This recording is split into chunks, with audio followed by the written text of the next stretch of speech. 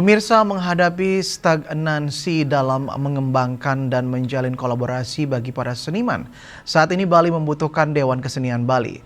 Dewan Kesenian Bali bisa menjadi ruang aspirasi dan apresiasi seni, sekaligus berfungsi menjembati kolaborasi antara pemerintah, lembaga swasta, maupun antar bangsa, agar seni Bali semakin hidup pada kancah global.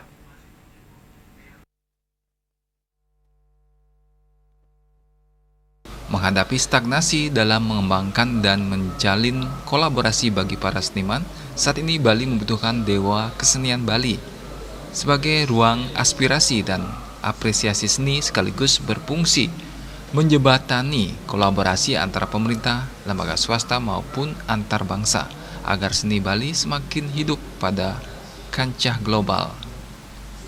Profesor Dr. Iwayan Kun Adnyana, Rektor Institut Seni Indonesia ISI Bali menjelaskan, ide tersebut tercetus saat menghadapi pembukaan pameran Tutur Ayu di Gria Santrian Sanur. Pihaknya mengajukan usulan terbentuknya Dewan Kesenian Bali sebagai organisasi independen untuk membangun wahana ruang dialog lintas disiplin kesenian Bali dengan jumlah ribuan dan tetap eksis serta berkreativitas sampai saat ini.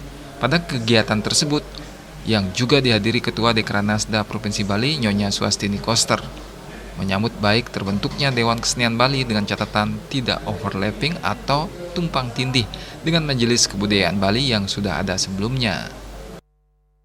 Jadi, usulan pembentukan Dewan Kesenian Bali ini untuk menguatkan posisi kelembagaan Majelis Kebudayaan Bali. Kenapa bisa menguatkan? Karena cakupan tupoksi dari Majelis Kebudayaan Bali itu, kalau dalam konteks Bali, adalah pemajuan 19 objek kebudayaan. Seni ada di dalamnya.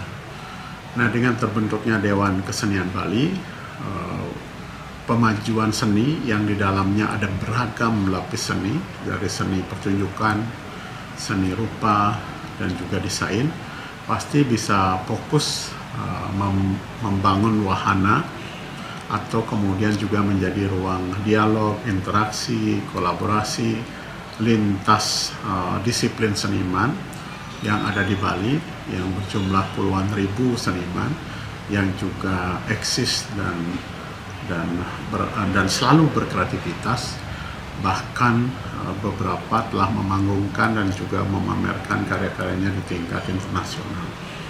Jadi dengan Dewan Kesenian Bali akan tentu menjadi ruang dan membangun wahana seni atau wahana apresiasi tingkat global, mungkin bisa berbentuk biennale atau berbentuk annual tahunan sebagai summitnya pertemuan seni di Bali, yang kemudian bisa juga memberikan wadah untuk terbangunnya dialog, interaksi, dan kolaborasi seniman Bali dengan lintas bangsa, jadi seniman-seniman internasional. Nah, seperti juga Dewan Kesenian Jakarta misalnya, jadi peran Dewan ini akan menjadi betul-betul fondasi pemajuan seni di Bali. Karena Majelis Kebudayaan Bali lingkupnya sudah makro sekali. Jadi bicara tentang permainan tradisional, olahraga tradisional, bicara tentang ritus dan seterusnya.